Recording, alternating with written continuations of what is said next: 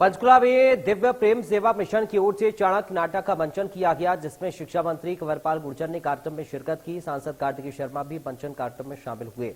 वहीं स्वामी संपूर्णानंद महाराज भी और पूर्व मंत्री रामविलास शर्मा भी कार्यक्रम में मौजूद रहे। कार्यक्रम में आमंत्रित करने पर सांसद कार्तिकेय शर्मा ने दिव्य प्रेम सेवा मिशन का धन्यवाद किया। कार्यक्रम को संबोधित करते हुए उन्होंने अपनी बात को आचार्य चाणक्य के एक कोट से शुरू किया। साथ ही आचार्य चाणक्य की प्रशंसा करते हुए कहा कि आचार्य चाणक्य एक ऐसी महान विभूति थे जिन्होंने अपने आत्मविश्वास, बुद्धिमत्ता और राजनीतिक इच्छा शक्ति के बल पर भारतीय इतिहास को बदल दिया। कार्तिकेय शर्मा ने कहा कि इतनी सदियां बीतने के बावजूद भी चाणक्य के बताए सिद्धांत आज भी न केवल प्रासंगिक बने हुए हैं बल्कि बेहतर जीवन जीने के लिए महत्वपूर्ण भी हैं।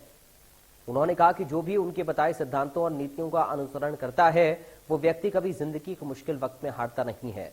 सांसद कार्तिकेय शर्मा ने कार्यक्रम में उपस्थित लोगों से अपील करते हुए कहा कि हम सभी को आचार्य चाणक्य की नीति पर चलते हुए राष्ट्र धर्म का पालन करना चाहिए और एक जिम्मेदार नागरिक के तौर पर राष्ट्र के प्रति अपने दायित्वों का निर्वहन करना चाहिए, ताकि हमारा भारत अमृत काल में एक बार फिर से दुनिया का सिरमौर बन सके।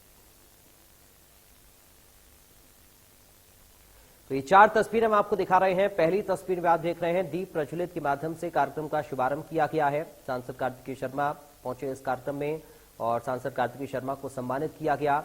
तीसरी तस्वीर आप देख रहे हैं कंवरपाल गुर्जर का भी सम्मान, यहाँ पर कंवरपाल गुर्जर भी इस कार्यक्रम में शिरकत करने के लिए पहुंचे। और चौथी तस्वीर में आप स्वामी संपूर्णानंद महाराज को देख रहे हैं जो कि इस कार्यक्रम में शामिल हुए हैं। तो इस कार्यक्रम से जुड़ी ये 4 तस्वीरें हम आपको दिखा रहे हैं। कार्यक्रम को संबोधित करते हुए सांसद कार्तिकेय शर्मा ने कहा कि आचार्य चाणक्य एक ऐसी महान विभूति थे जिन्होंने अपने आत्मविश्वास, बुद्धिमत्ता और राजनीतिक इच्छा शक्ति के बल पर भारतीय इतिहास को बदल दिया। उन्होंने कहा कि इतनी सदियां बीतने के बाद भी चाणक्य के बताए सिद्धांत आज भी प्रासंगिक हैं।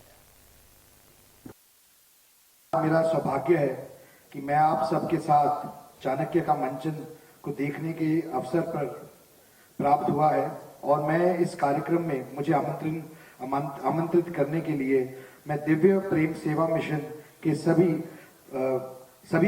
लोगों का बहुत तहे दिल से धन्यवाद करता हूं, आभार प्रकट करता हूं। मैं अपनी बात को आचार्य चाणक्य के एक कोट से शुरू करना चाहूंगा। मैदान में हारा हुआ फिर से जीत सकता है, परंतु मन से हारा हुआ कभी नहीं जीत सकता। आपका आत्मविश्वास ही आपका सर्वश्रेष्ठ पूंजी है। ये उक्ति है आचार्य चाणक्य की, जो एक ऐसी महान विभूति थे जिन्होंने अपने आत्मविश्वास, बुद्धिमती और राजनीतिक इच्छा शक्ति के बल पर भारतीय इतिहास को बदल दिया।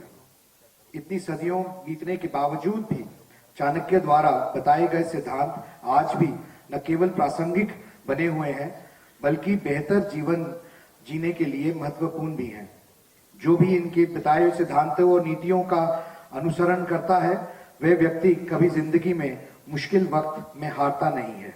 आचार्य चाणक्य का मुख्य उद्देश्य भारत को एक मजबूत, सक्षम और समृद्ध महान राष्ट्र बनाना था, जो हम साफ साफ देख सकते हैं कि उनकी नीतियों का पालन करके ही महान सम्राट चंद्रगुप्त मौर्य और मौर्य वंश का उदय हुआ, जिन्होंने विश्व के एक बड़े भाग को जीतने का सफलता हासिल की। आचार्य चाणक्य ने कहा था कि एक कुशल नेता को हमेशा धैर्य बनाए रखना चाहिए। अपनी योजना को केवल चुनिंदा लोगों के साथ ही साझा करें। जब तक कार्य पूरा ना हो जाए तब तक सावधानी बरतें। अपने साथियों से सलाह करके कठिन से कठिन परिस्थितियों से बाहर निकला जा सकता है। उन्होंने ये भी कहा था कि प्रत्येक व्यक्ति को एक्शन तभी लेना चाहिए जब परिस्थितियां उसके हाथ में आए। और आज यदि हम चाणक्य के नीतियां और सिद्धांतों का पालन कर रहे हैं तो निश्चित रूप से ही अपने जीवन को खुशहाल, सकारात्मक और सफल बना सकते हैं।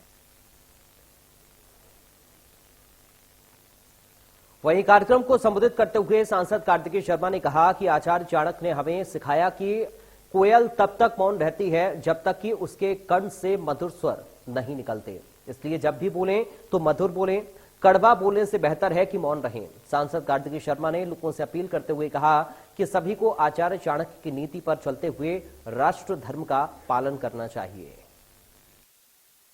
आचार्य चाणक्य ने कहा था कि बुद्धि से पैसा कमाया जा सकता है परंतु पैसे से बुद्धि नहीं हासिल की जा सकती। इसलिए प्रत्येक इंसान को अपनी बुद्धि के विकास के लिए प्रयास करना चाहिए।